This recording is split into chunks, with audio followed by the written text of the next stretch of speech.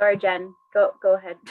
No, it's okay. We were just really getting started. So why don't we just have just a quick hi, who are you? And what would be a good something?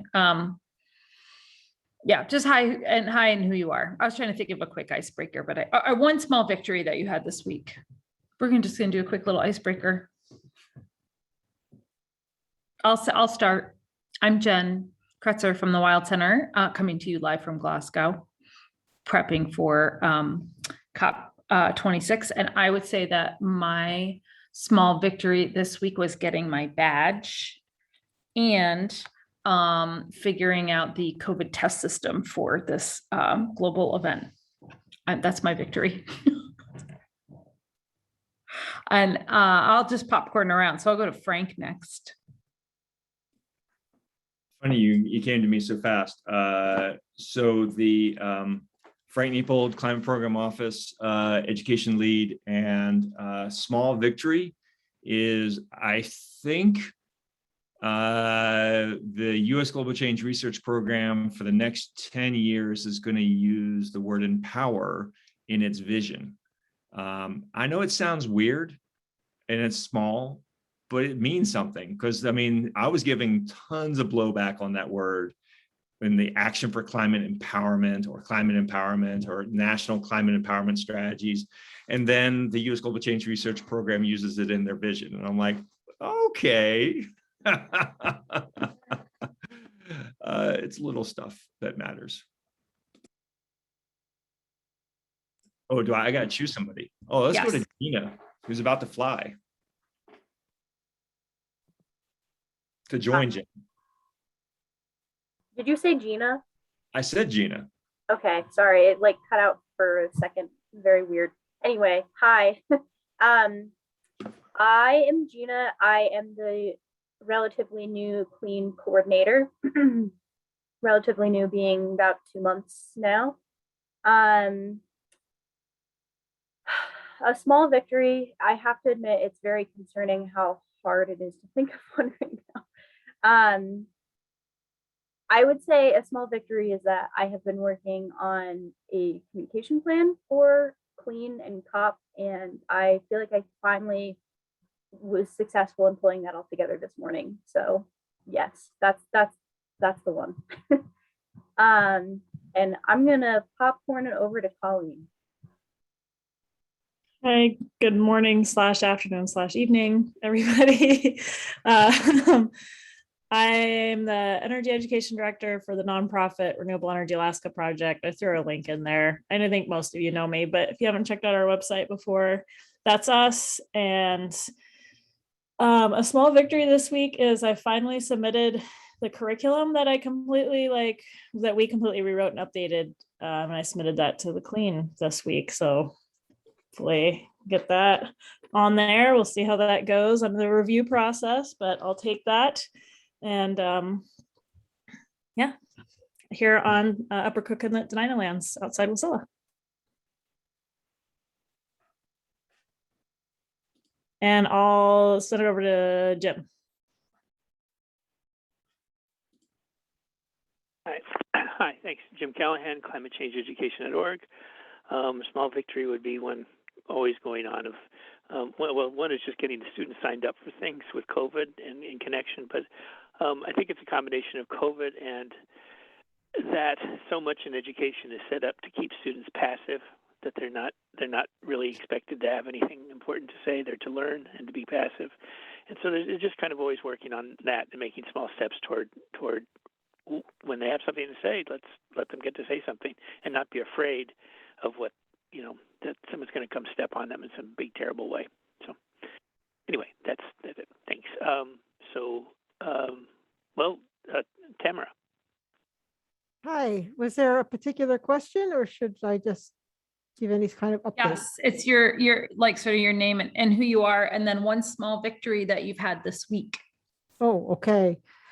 So Tamara Ledley, I'm a original co-founder of Clean, and led the Clean collection, and I'm involved in teaching global climate change to undergraduate business students and doing lots of climate solutions workshops. This week, I participated in AAAS's Strategic Planning Summit in Los Angeles, my first business trip since February of 2020. Just to give you some context here in terms of precautions for COVID, we were in a giant ballroom with only 65 people with our chairs in a giant circles, all 6 feet apart. Microphones were wiped down with disinfectant wipes between each person.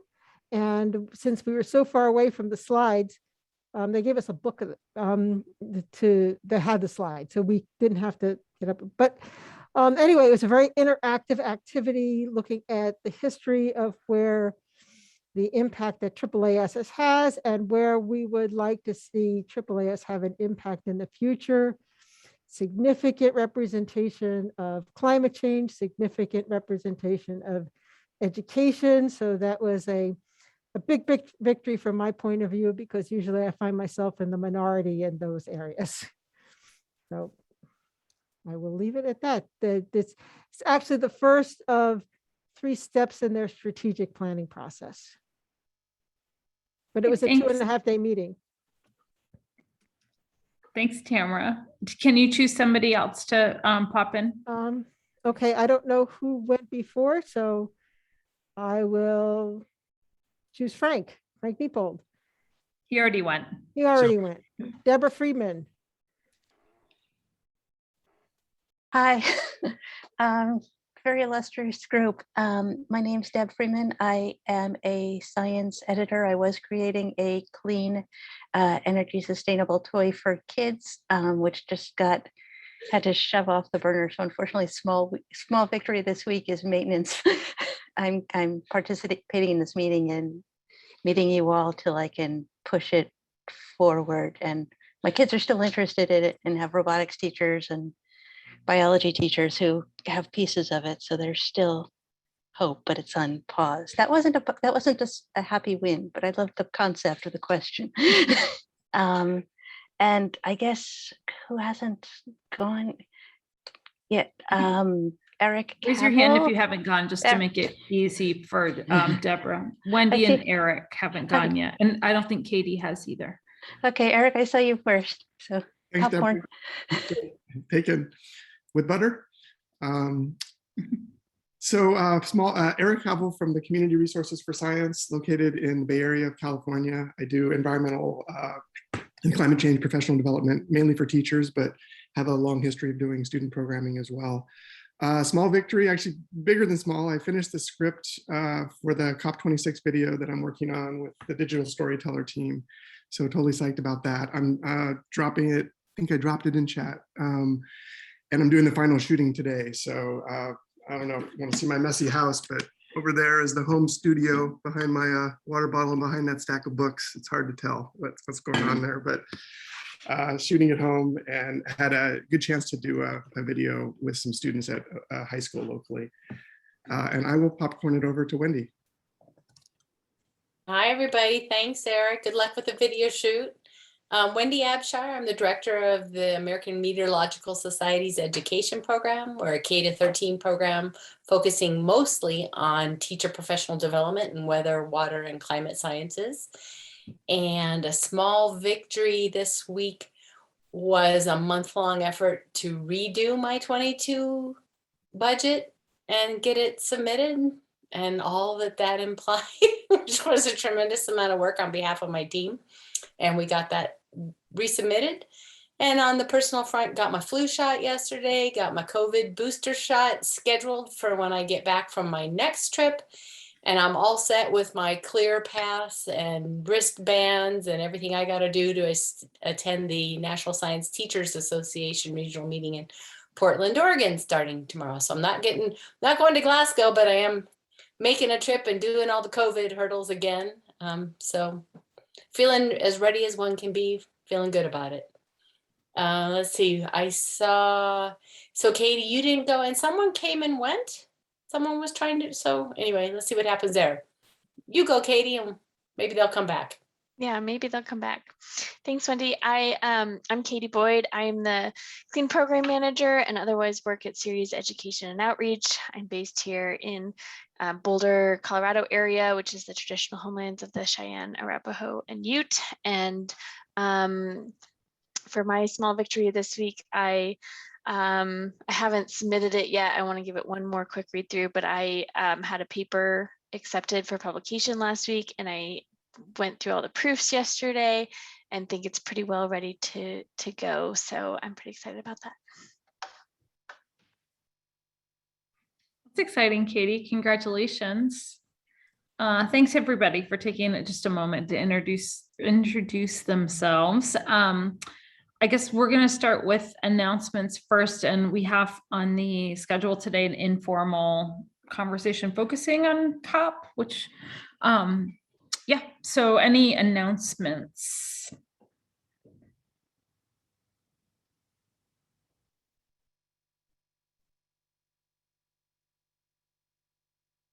No, none?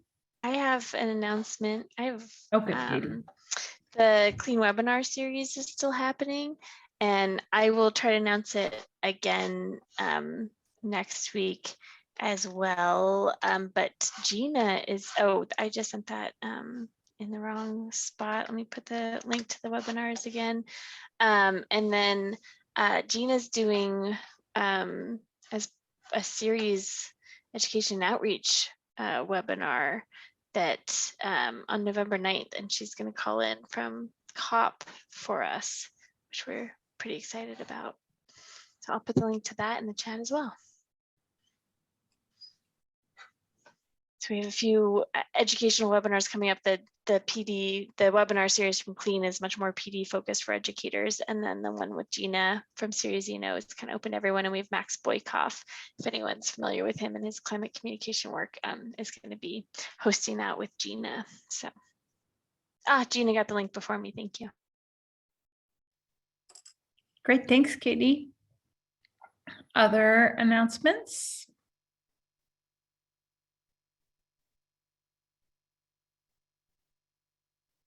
I mean, I guess I'll say it for the, even though I think I'm ultimately going to be a partner, not a member, but the US ACE coalition is rolling.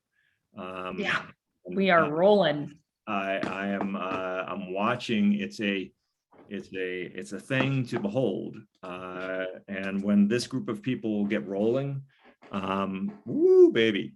So Frank, can you say what you mean a little bit by rolling? What are the actual things Sure. happening?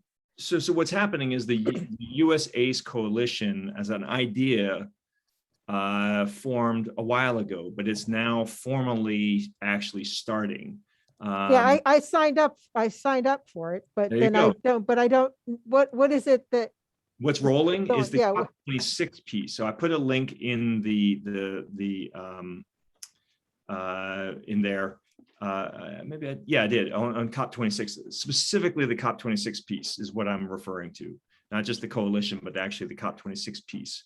So, you know, and there's ways to join both the delegation virtually and physically. And what I'm seeing is lots of other people are starting to raise their visibility in COP26 related ways and are receiving value. So the WhatsApp that's that supports the delegation at COP26 is really popping. And so how do you get connected to that? Well, I think you joined the ACE delegation, the US ACE delegate. I might have missed the link. I signed on a few minutes late and I just don't see that link. Okay, so I'll give you the exact, there's a Google form, Tamara. I filled out the form to join, but I haven't seen anything since. Well, there's two things. There's the join the coalition, and then there's join the delegation of the coalition. Oh, I see. Okay. So I think what you want to do is join the delegation, because you could join the coalition without being part of the delegation. Okay. And so I just put the link into the and I hope, Jen, you're more involved in this than me, so I hope I'm doing justice here. Yeah, you're doing great. So, but the you know, Tamara, as you know, uniquely, when we started Clean, we agreed to some very simple things. We got to talk to each other. So that's why we have these calls every week at Tuesday at 1 o'clock Eastern time since 2008, which is still a stunning reality. But what the delegation is doing, they're adding different tools. So they have a WhatsApp channel for the US ACE delegation to COP26, and lots of information's flowing and sharing in there. Okay, that's what I needed to know. Thank you. Yep. Looks And like we have a number of events that are happening at COP. We're announcing the US ACE Coalition at the US Climate Action Center. So the US Climate Action Center is being run by America is All In, and in there in partnership, it's in one of the pavilions in what's known as the Blue Zone. That's that center part of COP that you need to be badged to get into. But so we're doing an announcement for the ACE Coalition. We have a youth panel that actually Gina is going to be on, which will be, and the announcement, sorry, I should back up. The announcement's on November 2nd.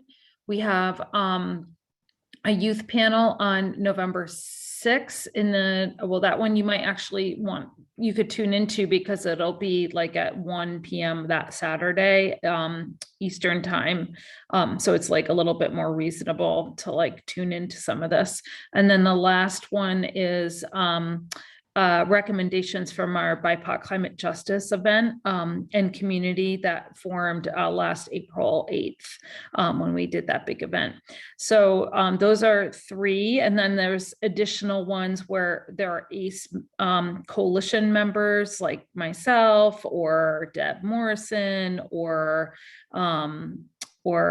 Kristen Poppleton from Climate Gen that are presenting at, or facilitating. So there's a whole pile of things, and those should all be on the website at this point. And I think you'll be able to, I don't know if we have all the information for doing the live stream on that stuff, but I think a lot of those things should be live streamed as well. I mean, Jen, I would think the most active way to get access to that would be probably following the Twitter feed for the delegation. Yes, I think probably we do have a Twitter feed. Thanks for bringing that up, Frank. That would be a great way to follow us. And then, yeah, that's probably the best way. I mean, I think you can join the WhatsApp delegation group, but it's going to be like, it's like details on like how to meet up and like what to do. It's like more logistical at this point. Absolutely. So I think that the Twitter feed would be probably the best thing. And I know that we've got some clean webinars coming up that we're going to be doing kind of live from COP, right? Isn't next week, the week after, like we've got clean stuff happening. So I know, yeah. You're scaring me. You can tune in. It is really next week. Yes, it's next week. COP starts on, well, it starts now, but anyway, yeah, it officially starts on, I think, Sunday or Monday. Yeah. No, our the meet the moment, the join the USA ACE for Action for Climate Empowerment delegation. The full name is at 11:30 on Eastern time next week on Tuesday. Yeah. I mean, it's getting rolling next week. And what's also fun is to watch a lot of our key partners start, making their way to Glasgow. It's like an interesting experiment. Deb Morrison is moving her way up from London as we speak. I think she's here now. Is she there now? Yeah. It's just she's here. Chris, there's a lot of people that you would all recognize, like Kristen Poppleton, and their team's arriving on Saturday. Azati Citron Rodriguez is coming. Gina's coming. I mean, there's just like a lot of folks that will be coming in. It's going to be a colossal effort to pull it off. Hopefully the city is ready for there's a lot of security too. It's pretty crazy. So what else? I mean, I think, Oh, go ahead. I was just gonna say, Judy. just to clarify on the next 2 clean calls. So yeah, the next 2 weeks I think are all COP focused, and next week we're having, I think, some of the climate generation ACE delegates Yeah. are calling in, or we're connecting with them through Kristen. And then on the 9th, we're doing webcast live from COP. So like Dawn and Kristen and you, I think, and Gina and some of the folks who are part of Clean Network are going to call in live and talk to us Yes. about COP on the 9th. So yeah, next 2 weeks COP are on the really 9th. COP focused. Yeah. Yeah, we're super excited about it. We are too. Those of us who can't attend, we can be there, in spirit and hear from you all. I'm super excited about it. I mean, there has been, I don't know if anybody's been following the news, but it's going to be a tough road, I think. I don't know, Frank, you can speak to this better than I can, but it's we had a lot of years where we could have made this kind of slower maybe not slow, but a slower transition than we need to make right now. And the commitments that we need in order to hit the Paris targets and the financing that we need to help support a clean transition and climate impacts and mitigate climate impacts, especially in the global South. I mean, it's just, it's going to be we have a difficult road in front of us right now. Well, one thing I can say definitely, Gina, I'm sorry, Jen, God, I was thinking about Gina McCarthy. I was with her virtually this morning, and Eric Lander and Jane Lubchenco from OSTP. I can definitely tell you that the United States government is trying to bring as much leadership to COP26 as possible. Obviously, it doesn't look like the funding bill, the infrastructure, and then the reconciliation are going to pass in time. What executive actions are going to be happening, but I think it is very clear that the U.S. administration is trying to exert as much leadership to do exactly what you just said, Jen, as possible. I heard it loud and clear from Gina McCarthy, who is the domestic lead, and I've heard it from John Kerry, who's the international lead. Eric Lander, who is the science advisor of the president and a member of his cabinet.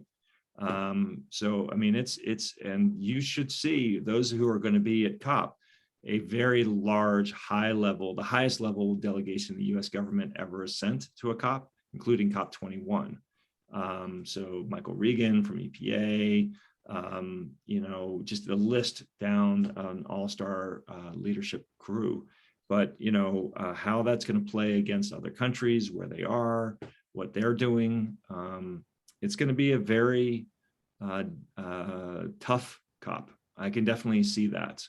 And what I also am seeing is that the sophistication of non-party stakeholder engagement and the precision of what they're watching and looking at words and deeds is not to be trifled with.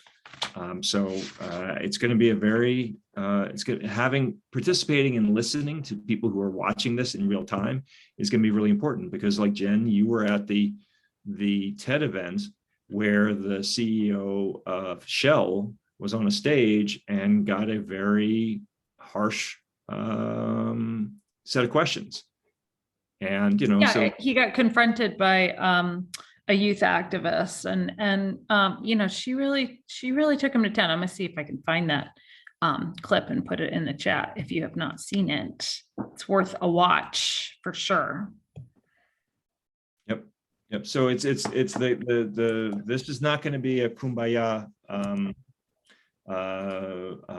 COP. That's for sure.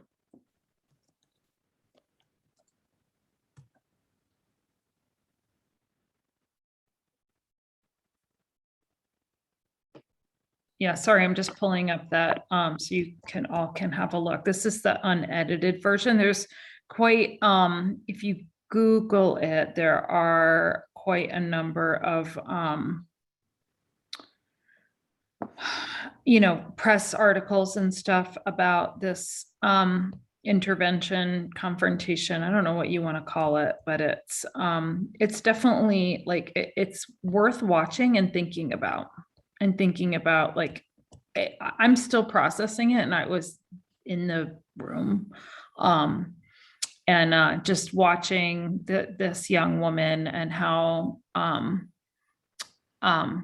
what happened and like the things that she said and the responses and like what happened after and like, and then also after the young people, actually, most of the young people in the audience walked out. A lot of people walked out when she walked out off the stage after confronting him. And, but then there was there's a moment where another very well-respected climate scientist came up and like basically also called out Shell on like poor science and that their science wasn't accurate in what they were, saying about like their ability to transition versus not. And anyway, it's just, I'm going to leave it at that because I'm adding too many. I don't want to color your thinking, but it's really, really worth a watch if you can. Other thoughts, questions about COP or anything? Thoughts? Go ahead. Can I go ahead, Jen? Oh yeah. So I'm sorry, Jim. I didn't see your hand up. No problem. So thought both for Frank and for everyone else of a take on when you have people in government who you really know, boy, it's time. They're doing good things. These are good things, right? Even in that period of time, you're going to get students, you're going to get regular people who are going to say that's not enough or it's about time. And different people in government take that different ways. They can take that as a personal attack or, gee, if I'm doing everything I can, no one will complain except the people who don't like what the other people, right? The oil companies or something. But I think historically, I believe Obama did this, FDR definitely did it, is in order for me to do the right thing, I need that pressure. That's important for it to come out that people are saying you're not doing enough, you need to do that. Otherwise, all I'm getting pressure from the people who don't believe in what I'm doing. Do you see what I'm saying? It's like it's a good thing that students are saying the U.S. government isn't doing enough, that we need to do more, you need to come out and do things.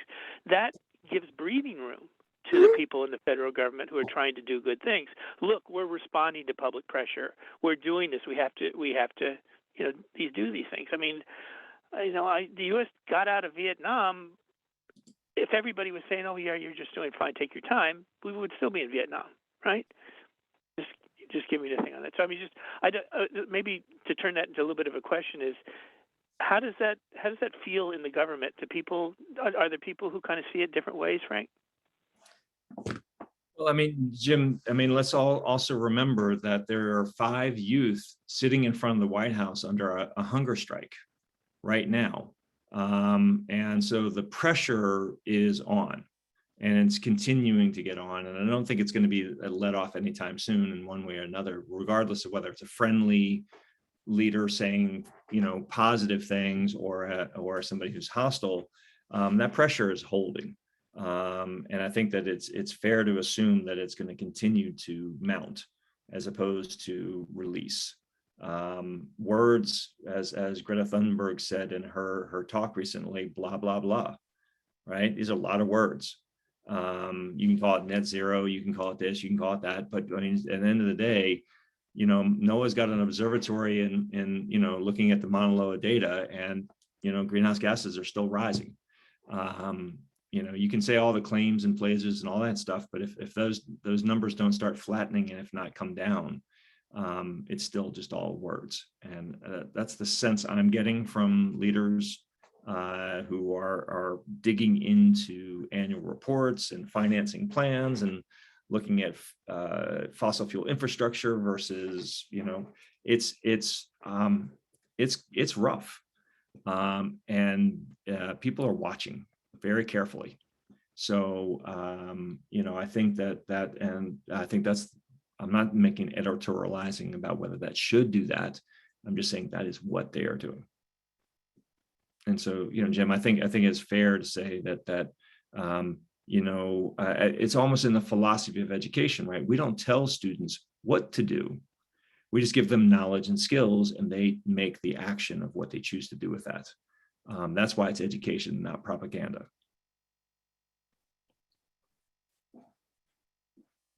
So applause to that. I took my hand off the applause sign. It would also be that students to know that they can do that. I mean, we're not asking NOAA to come out and tell the students what to do. That's not it. We're asking NOAA to keep giving us good science, work with us, do different things. But the students and then the public to know, look, we need to keep that pressure on. We have to play our role, and I guess the one of be empowered. That thing, because I guess maybe a follow-up question on that question of empowerment. Because I mean, it's definitely a thing of how does the different folks in the federal government say things in discussions. If in a democracy, at least that's our ideal, right? We're a democracy. The public, the students, the everyday people are not empowered. Who is empowered? Because if we're not talking about empowerment of the youth, of the students, then we are talking about disempowering them so that somebody else is in power. And what do we get? What, January 6th? What are we talking about? So, I mean, there's the thing of like calling out people.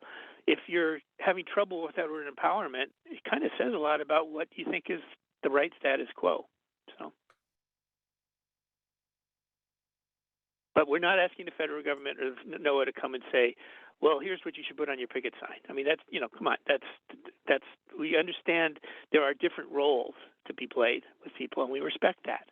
We ask people to do what they can do, and we do the things that we can do. We don't, that's one thing, by the way, with Greta, I mean, she's played such an incredible role or whatever, but I think it's a misinterpretation of her thing, because I've got this from other people, that the message is from the young people that the older people aren't doing enough, and that's the problem, and we just have to complain about the older people all the time.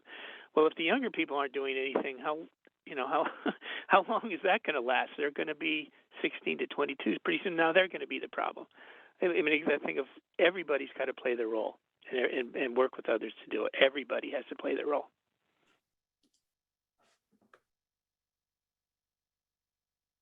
Thanks, Jim, for those comments. Frank, did you take yourself off mute to respond? No, I Okay. think I'm good. Okay. Tamara. Oh, I think I figured out what I needed to figure out. I wanted to know if I was to invite external groups, what would I send them? But I think I found the link that Frank gave me gets me there. So I don't need to ask a question anymore. External groups for To the get ACE. involved with the ACE Coalition and the delegation. Yeah.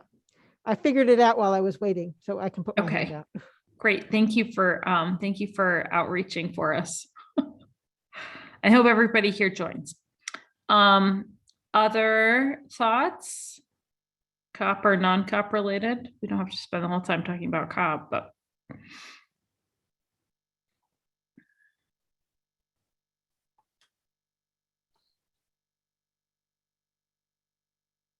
I've got a query for you, if that's all right. Sorry, I've been talking a lot today. Is that all right? So an interesting thing happened in my family, and I don't think I've mentioned this to you guys. So my niece, who's a senior in college, just so you understand a little bit about my family, my brother-in-law, her father, has run multiple climate organizations as a CEO, CFO, COO.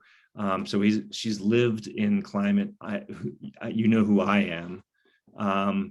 Her mother runs climate and gender negotiations worldwide with corporations. My other cousin is a climate model at Oak Ridge. Another one does sustainable development in housing in New York City. I mean, so our family gatherings have bathed the lower generation in climate forever, since they were born. And she, at a family gathering recently, had a kind of a real struggle emotionally. It was really like grief, and it was profound. And then a couple of weeks ago, she reached out to me, and she said, I wasn't expecting to talk to her, actually, because she's kind of avoiding me now, because I am climate. She said, look, I keep a climate anxiety journal. And I write in it all the times I feel terrible about climate in the future. And I'm turning that into fuel that I have to act. And so this idea, and I think someone else recently was talking about this idea of transitioning, the antidote to climate despair is action. Now it's simple, and then there's a lot more complexities in action, but there's something there that I think many generations, but maybe the youngest generation feel the most acutely about that despair versus action dimension. And I don't know, Jen, I'd be really interested to hear if that's showing up at COP, but in anybody's work. I mean, we're all working with young people in one way or another, or people who are working with young people. But climate seems to be flipping around in people in some new ways. So I think that it's a topic maybe we need to zoom in on, focus on, talk about, unearth what practices you can use as an educator working with young people who are going from fired up and ready to go to fired up and depressed, and even immobilized and full of anxiety and dread. So there's something there that I think we as a community need to spend some time on. And I don't think we've done enough here yet.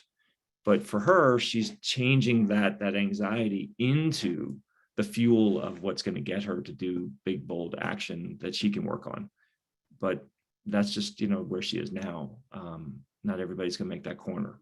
So there's just something there I think we should talk about. Okay, I saw Eric, Wendy, and then Jim to respond. Yeah, thanks, Frank, for sharing that. And I know you've mentioned your niece, and I've got family members too that think about it. And myself, I probably put myself in that boat the most in terms of feeling that way sometimes. And I've been thinking a lot about that when I was doing this short 3-minute video. And the first 2 sentences, the first was humans are causing climate change and it's impacting all life on Earth. But the second was there are many people around the planet taking action to solve the problem. So it was sort of like right up on the front end, problem and solution, not because so much of the dialogue, as I think you're referencing, has been about the problems first. And, it's like that's been the hook that we've used for so long to get people engaged in this. And it's not, but it's shutting people down in a lot of ways, like your niece and many of us. So, I mean, some of the things we've talked about over the months in the network about front loading the solutions first, 50% of at least of what you talk about in any given presentation or what you do is solution based. It's not 90%, this is the problem, and 10%, hey, it's your problem and we got to figure it out. And here's a couple ideas that they tell us we should do, like that kind of approach is not working. And then uplifting all the stories from diverse, I tried to embed that in this video too, uploading these diverse opinions and perspectives and innovations and experience, because we need to draw from the whole world, from all cultures, and and uplift those stories, the youth, female voices, like the All We Can Save book that Deb had us do the reading group on. So I think it's really, as you're saying, embracing that new approach to this big problem. So I guess maybe in summary, I'm saying include all voices, front load solutions, and not just front load them, but show them and let other voices uplift those stories. We don't have to just tell them, but let others present them and give them and offer them to us. Yeah, yes, Eric, yes. And Frank, I put my hand up right away because, like Eric said, and include myself in there too, I absolutely have gone through this year. I absolutely got shut down, I would say, last spring, just sort of finally, after being in this business and educating about it for 30 years. And then the frequency of it unfolding daily in our daily lives, being in the weather business, being a meteorologist, watching the drought, the extreme rain, the fires, the sea level, right? The data, the conversations, the stuff that flows through my feed is showing it's happening in real time. I mean, right here, every day, affecting people we know adversely. And I finally got shut down, and I am 6 months or so into pulling myself out of shutdown. And but so confirming that yes, this is happening. It's not just the kids, and it's something we all have to do to take care of ourselves, to persist. And it's everything you said, Eric. It's focusing on solutions. It's telling our stories in new and different ways. It's finding hope in a world where sometimes it's hard, and all the other societal stresses we've got, but it's too important to stay in that shutdown place. So confirming relevant conversation, not just for the kids.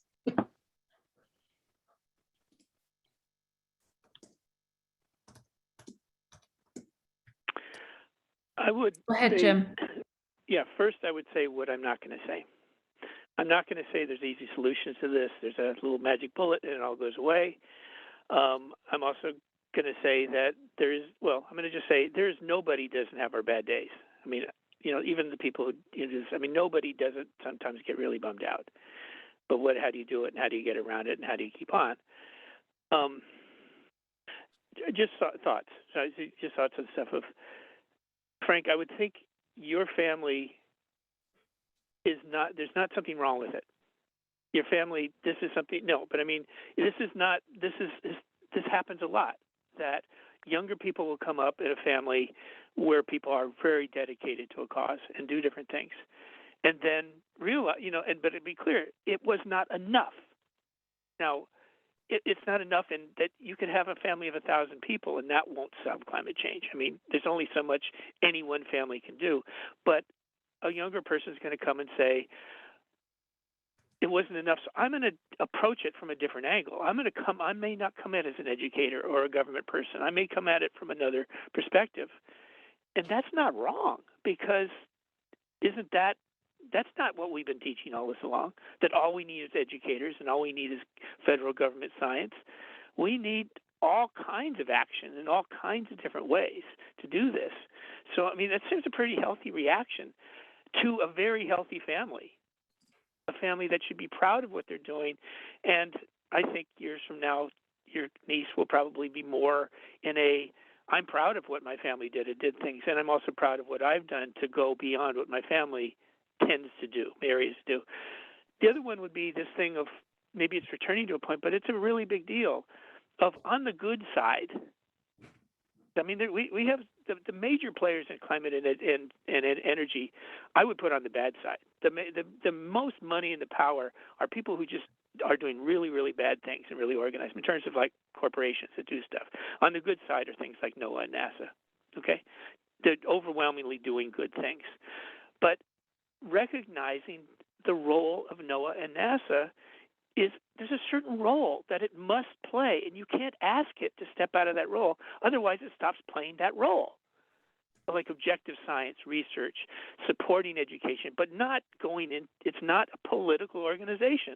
Or we always would get our Sharpies out and draw on maps all we want, and it's just a bunch of garbage then. And NOAA and NASA becomes worthless. It has to have this role. But we have to get that we can't just look to NOAA and NASA to solve our problems for us. We have to get out and do things like your niece. And maybe the other one is there's the whole thing of turning things around, like traditional Chinese ways of doing stuff, of when there's a problem, there's also opportunities, or there's danger, there's opportunities. Climate change presents us one of these. It has so many problems. It's causing so much damage. It is so invasive in some parts of our society. But there's another side to that. Because of its nature, there are so many things you can do to do something good about climate change. And there's so many ways you can do it with so many different talents and so many different styles. So pick the ones that work for you and do them. And don't worry that you're doing something different than somebody else. In fact, there's a whole bunch of them that we still aren't really pressing the buttons very hard on. We're pretty good at getting the science. We're good at getting the science out. We're good at turning out kids with picket signs. That's all important. But there's a whole lot more to be done. So, I mean, that one of, okay, if you want a subject that allows you to be creative and take action in different ways and join up with people you like to work with, you're not going to find anything better than climate change. If you like to fight racism, if you want to fight for social justice, climate change allows you to do that too. In fact, I think it demands it too, right? So, I mean, this is a great place to do something that matters. So, like, if you're about to leave, I don't know, your niece is about to go out to the working world, or perhaps maybe go into graduate school, whatever. But I mean, really getting to make choices where you're going. What a perfect time, and to run with pride in your family. But it doesn't mean you have to do what Frank does. You know, there's 10,000 other ways to do things that make Frank's work all the more meaningful when we do those other things. Okay, I've talked a lot, but that's Jim, there's a piece of it though. I'm the spirit of what you're saying, I completely agree with. But there's and Wendy, I'm just going to come back to you that you're re-pointing the emotional, the psychological, the depth of getting shut down. It's powerful. It's hard. It's you're stuck. That's in that space, but I think that really beginning to get skillful and having a community of practice around that strong emotional. This is the part where we remember that our students are people with emotions inside, you know, and there's psychology in this. And it's I think the more we have deep understanding of how that goes, it's not to say that the end of the story is they're shut down. That's not the end of the story, but it's part of it. And and when you come out and how to help somebody when they're there is really what I'm trying to call us to. So that I think we're going to see this more. The more we ask, the more we talk about it, the more we're going to see it.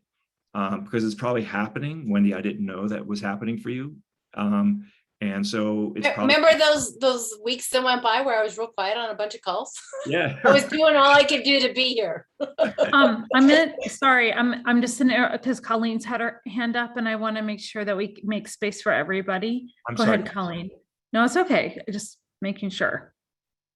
Thank you. No, I appreciate it. I mean, thank you for making that time, but I also think that having a more fluid conversation is great too. So hopefully you guys can hear me okay. My internet seems to be slowing down a bit. And I just want to say that thank you for sharing that, Wendy, because I also had a similar thing right after the pandemic where I just had a really hard time last summer. And I think a lot of us felt really overwhelmed by everything that was going on in the world, like just this other huge, awful thing going on.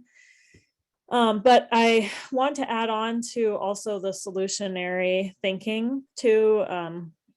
Someone mentioned in the comments, Catherine Hayhoe, and I think some of you are probably familiar with How to Save a Planet. And one of the things that I really liked that was shared on How to Save a Planet was that you make a Venn diagram and you think about what are some of the solutions that I like, what am I good at, and what am I passionate about? And where do those things overlap, so that it really gives you something actionable and specific to work on, so that you don't feel so overwhelmed because, like you said, Jim, there's just so many things to do. Like one family, one person can't do it all. And so figure out where that overlap is that makes sense for you. So just wanted to add on to that. And the last thing I want to say too is that I was listening to a webinar that recently was put on by an Alaska Native woman, Gwich'in, and she was talking about, we need to stop coming into communities or working with people and saying, here's the problem, you need to start with what do they have, what resources, what solutions do they already have in their community, and work backwards from that. And I think that just really flows nicely too with thinking about solutions for everybody, whether it's community or individual. So my 2 cents, thanks.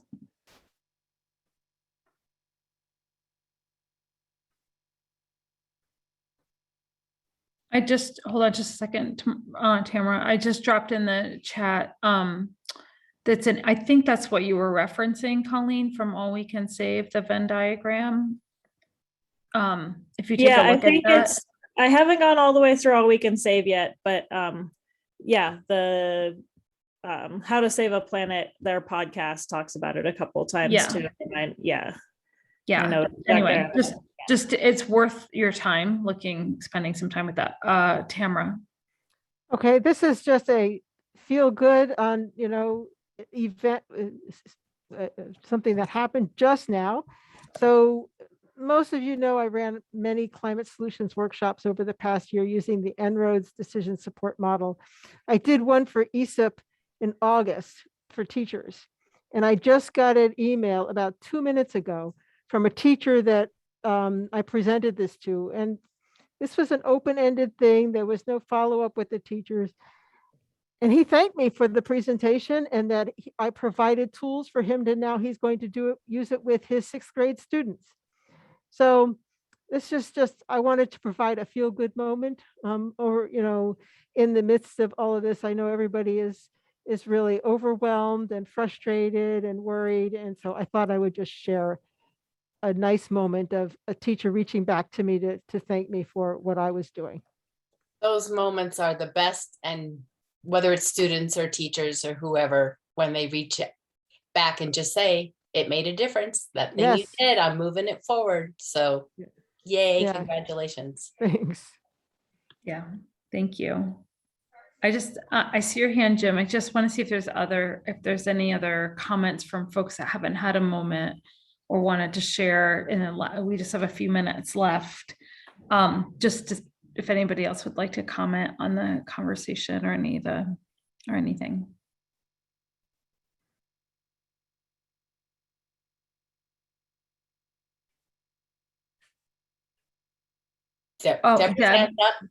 Deb, did you want to say anything? You have to take yourself off mute though. Hi, yeah, no, it's a little intimidating. You're all very accomplished. I'm loving the conversation, and I'm also loving the suggestions for positive win-win stories as another piece of the carrot here, the stick there, this group here, and the empowerment of children. I was thinking of ones I could add to increase the positive, but I was also going to ask you if there's a bigger resource of, okay, we know Greta Thunberg, we know a few other people, a couple other wins that were listing those positive solutions. I was going to list my 2 positive news where there's at the venture capital people who are putting a lot of money into climate change tech. SDG is the top thing, and they only want ones with big impact. They don't want the little ones. So there is that motor. And I learned about Sadhguru, who got 11 million volunteers to change an environmental soil degradation problem in India, kind of like the Dust Bowl problem in the 30s here, but there, so 11 million volunteers. And so stories like that, those are bigger than something I can do. And my 12-year-old, 14-year-old kids, they grew fast, are doing, but those sorts of positive stories are very motivating. And Wendy, I'm loving your story to explain how tricky the little steps are, but I'm asking for good resources along with this group that would also be helpful when there's a lot there's a lot of really amazing resources, and Deb, you are most welcome here. So glad that you came today, and I hope you're most welcome, and thanks for speaking up too. Yeah. Frank, All We Can Save, if you haven't read that, it's one of the most inspiring books I've read in a long time. Put that on your reading list. But actually, go ahead, Frank. Gina, while you're here, sorry, Jim. Let's explore writing a teacher's guide on the Clean portal on this exact point, because I think we need something that endures. If I say something to you, Deborah, it's going to be awesome for you, but the number of people we're trying to serve is massive. So I think one of the ways we do that in Clean is we have these teacher guides, and we've created different guides for different purposes. But I think, Eric, back to your point about you know, we really need to drive this move to at least 50% solution relative to problem in our educational interventions and programs. I think it's really high time we create a teaching solutions guide in the Clean portal so that we can really robustly answer this question collectively as opposed to have a couple ideas. It's a really important point.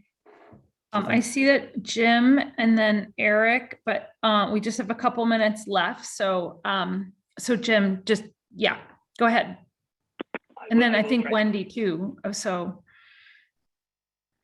I will try to be quick. So I will be trying to be quick, but so totally, Frank, absolutely. The question of psychology, the question of emotion, that is so essential, and it always has been. And so that's the thing of, you know, the different ways to do it. Just a little background on, I have always had, ever since I've done climate work, my wife is a therapist, is in psychology. She has always been a major advisor and part of what we do. And from the very beginning, the advice I was getting for her is like, if you're going to do climate change, it has to be positive. It has to include action.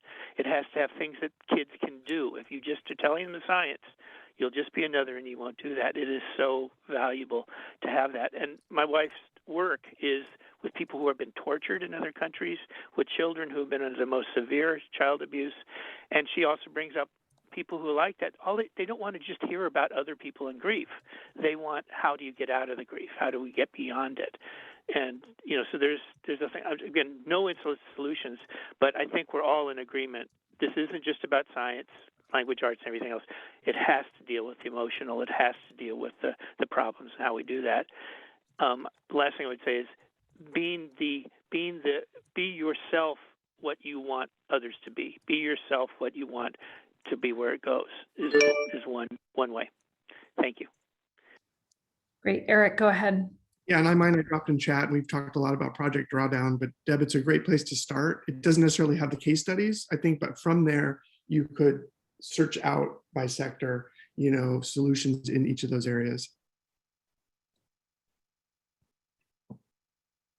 Wendy, I think you had your hand. I just typed in my story in the chat because I knew we were short on time, but I just want to re-echo that I think writing this resource and acknowledging, Frank, that it could be the student, it could be the teacher themselves, while they try to become informed, ready to carry on these messages to their students, and then they go through, I mean, it's a grief process. I actually, you all know me. I mean, I was ray of sunshine and have been my whole life. And then the last year's been a slog. And I actually went into counseling to try to understand how to pull myself out of shutdown. And part of it is that, I'm sorry, I lost my train of thought there. The recognition was, I knew the triggers, and it was all the things I just typed in the chat. Those are all big things. Each one of them alone could shut down any person, right? So even the ray of sunshine, finally, it was too much. Couldn't take it anymore. So too much happened, but I couldn't connect the triggers to what I was feeling or what I was going to do about it. And it was learning that in all of the cases, it's grief. It is a grief for the suffering that will happen. It is grief for the suffering that is happening. And once you can label it as grief and start working on the fact, you're like, oh, I understand grief, then I can work on grief. So that was my journey. And I don't think it's unique. And I'm more than happy to use that as a conversation for teachers and educators in our clean space of, this is part of the journey of the work we have to do. It's not just going to be know the science. It's not just going to be know what to do. It's an emotional process too. And you were nailing that, Frank. So I'm all in on helping to whatever we do that can prepare people or have a resource if they happen to hit that spot themselves. Should be a grant in there somewhere, right? Right. So there should be. Someone ought to be tackling that speech specifically. Maybe they are, but I don't see it in my science world. And Deborah, it's great to have you on this call. You are as welcome and integral to the conversation this group has as anyone else here today. Yeah, everybody's welcome, of course. Yeah, thank you for sharing, everyone. This was a really nice discussion. And I think, as I think many of you noted in the chat, it's really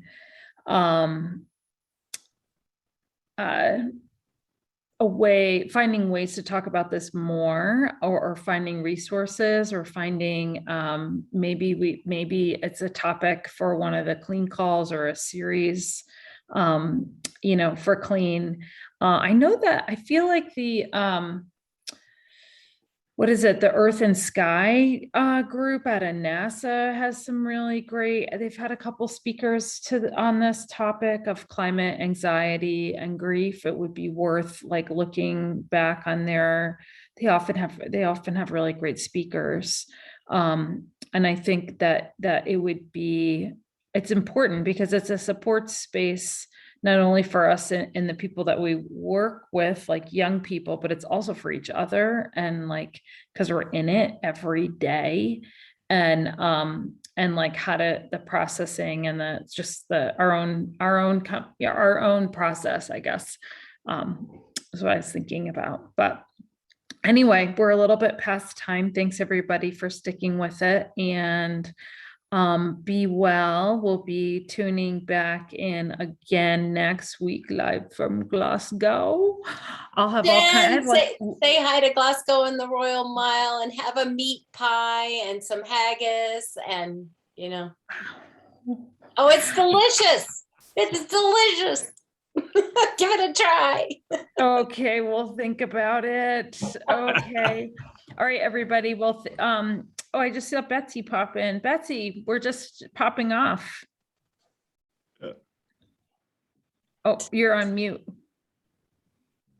Sorry, Betsy. That's I think okay. you came Time in- zones are messed up. It's still 3 hours difference for me then. Yes, I know. It's so confusing. I'm sorry. All of us have been there. Yeah. We're just that never popping happened. off. No Good to worries. see you, Betsy. Bye. Betsy, we'll see you Guys, have a soon great one. Okay. in Glasgow. Yeah. Glasgow. Okay, here we go. Good. Bye, everybody. Be well. Travel safe if you're traveling. Or not.